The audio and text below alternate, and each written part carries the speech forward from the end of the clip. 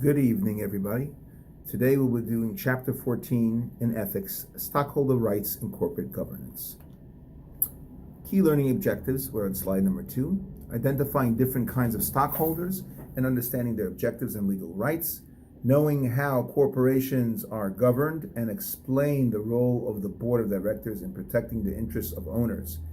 Analyzing the function of executive compensation and debating if top managers are paid too much, which is a definitely important hot topic.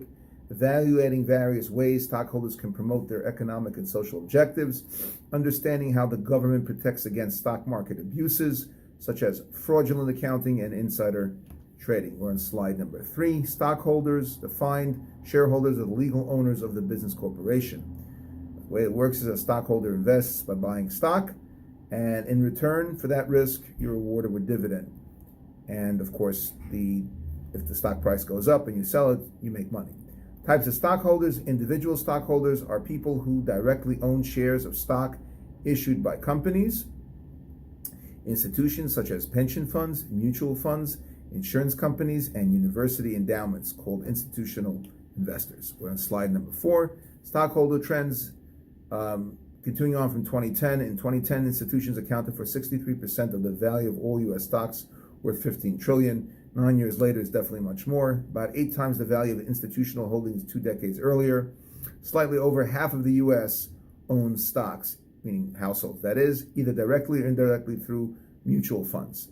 Older people are more likely to own stock. Slightly less than 40% of young households do so. Also because older people have more money and they're able to risk more.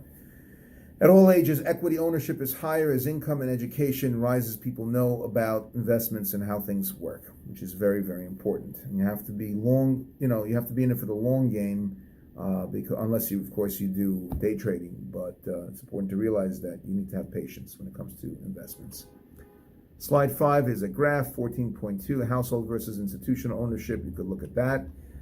Slide 6, objectives of stock ownership to produce a return greater than they could have received from alternate investments, such as the bank, which yields very little. Stockholders make money when the price of the stock rises, capital appreciation, that's what it's known as, and when they receive their share of companies' earnings, called dividends, which is what I spoke about earlier. Bull markets, those are markets in which share prices rise overall.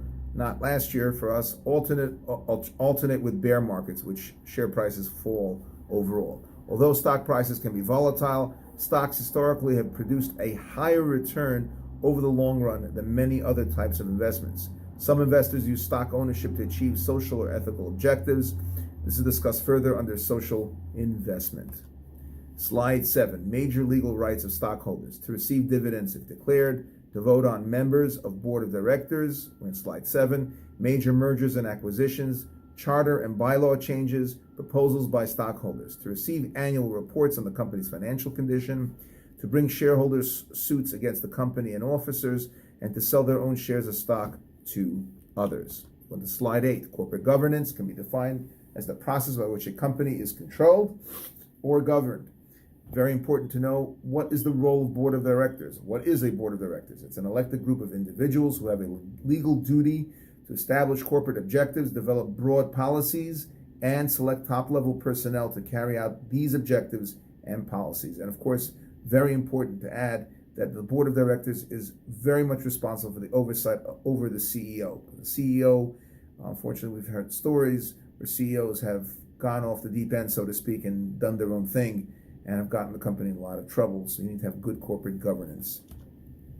Slide 9, board of directors vary in size, composition, and structure to best serve the interests of the corporation and shareholders. Survey of governance practices in leading firms in Americas, Europe, and Asia Pacific. Average board size was 12 members. Typically 10 or 11 of these are outside directors, not managers of the company, which is important to have objectivity and not to get sucked into the politics. It's good to have some people from the outside. Work of the board is done through the committees, typical committees: compensation, executive, nominating, audit. Audit has the key role to review financial reports, recommend outside auditors, and oversee integrity of internal financial controls. Slide 10, board of directors. Board members are elected by shareholders at the annual meeting, where absent owners vote by proxy.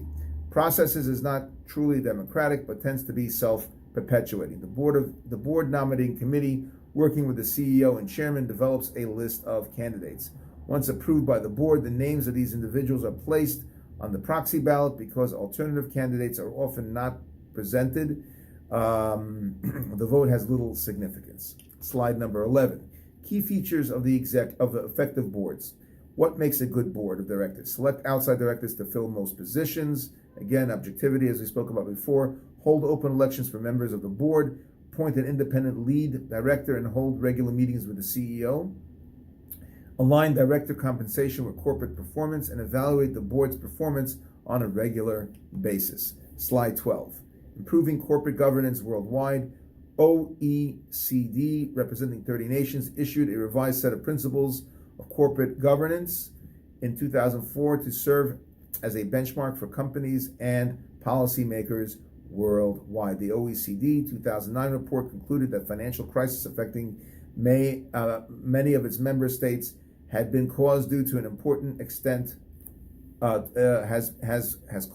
been caused due to failures of corporate governance, and it's called for re-examination of adequacy of these principles. In other words, you don't have executive oversight.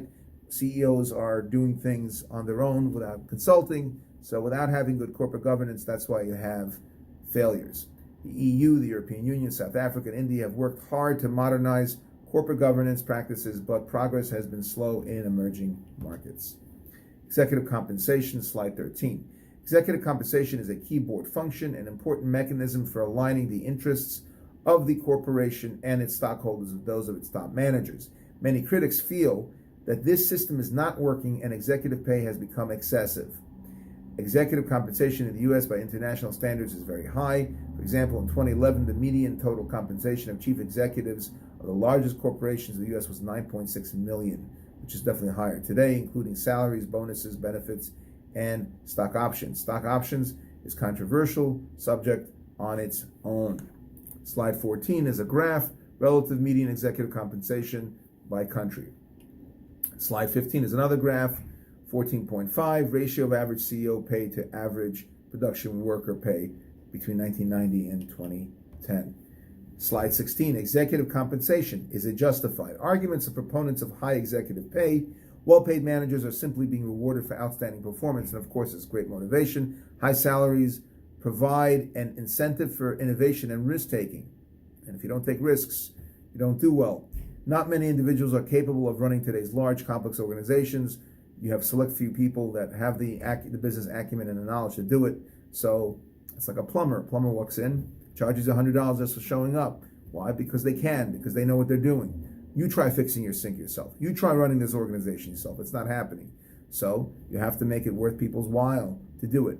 Arguments of critics of high executive pay. Inflated executive pay hurts the ability of the U.S. firms to compete with foreign rivals. Multi-million-dollar salaries cause resentment, sap the commitment of hardworking lower and mid-level employees who feel that people on top are making too much money. As many extravagantly compensated executives preside over failure as they do over success, and they're rewarded whether they fail or succeed, which is not fair. Slide 17, executive compensation reform has been the subject of shareholder pressure. Some companies have changed the way they structure executive pay, for example, by tying pay more directly to company performance. This is important because then it compels people to perform at a higher level. Small number of companies set multiple of executive pay versus other workers. And government regulations. Under the U.S. rules, corporations must disclose top 5 executives' compensation and the rationale for it. The say-on-pay provision of the Dodd-Frank Act, which went into effect in 2011, require public companies to hold shareholder votes on executive compensation at least once every 3 years. Slide 18, shareholder activism, rise of institutional investors. As shown earlier, holdings have increased significantly, have become more assertive in promoting interests of their members, have large blocks of stocks, so not easy to sell. It become dissatisfied, therefore strong incentive to work to change management policy. Council of Institutional Investors represents institutions and pension funds with investments collectively exceeding $3 trillion in holdings, developed as shareholder Bill of Rights. Research shows involvement of institutional investors can improve company performance. Slide 19. Shareholder activism, social investment. Social investment refers to the use of stock ownership as a strategy for promotional social objectives, also called social responsibility investment. Social screening of stocks. Some stock purchasers choose stocks based on social or environmental criteria called social screens. In 2010, $3.1 trillion in the U.S. was invested in mutual funds or pensions using social responsibility as an investment criterion. Rapid growth in the similar funds in Europe and beyond. Example of a company that is looked at as being socially responsible is Starbucks, who cares very much for its employees as well as its constituents abroad. Slide 20, shareholder activism, social responsibility, shareholder resolutions. Social responsibility, shareholder resolutions, a resolution on an issue of corporate social responsibility placed before stockholders for a vote at the company's annual meeting. Has been a significant rise in social responsibility shareholder resolutions in recent years. About 400 were sponsored in 2011 alone. Sponsorship is often from a coalition of groups like Interfaith Center on Corporate Responsibility. Resolutions can be about social issues, not companies' ordinary business, if they so deem necessary. In 2011, such resolutions garnered an average 21% of votes cast, an all-time high. Slide 21, shareholder activism, shareholder lawsuits. If owners think they or their company have been damaged by actions of company officers or directors, they have the right to bring lawsuits. It can be initiated to check abuses, for example, insider trading, inadequate stock buyout price, or timely disclosure of material information. The outcome can be very expensive for companies and, of course, can be very damaging to their reputation. Slide 22, Securities and Exchange Commission, affectionately known as the SEC, government agency charged with the protection of stockholder interests, established in 1934 in the wake of the Great Depression. Mission is to protect stockholders' rights by making sure that the stock markets are run fairly and that investment information is fully disclosed. Unlike more government agencies, generates revenue to pay for its own operations. Slide 23, SEC, information transparency and disclosure. Giving stockholders more and better company information is one of the best ways to safeguard investor interests. An informed customer is the best kind. An informed investor is the best kind. In recent years, management has tended to disclose more information than ever before to stockholders and other interested parties. Although the overall trend has been to greater transparency, some observers felt that a lack of disclosure about complex financial instruments that become common in the mid-2000s may have led to investors to underestimate their risk.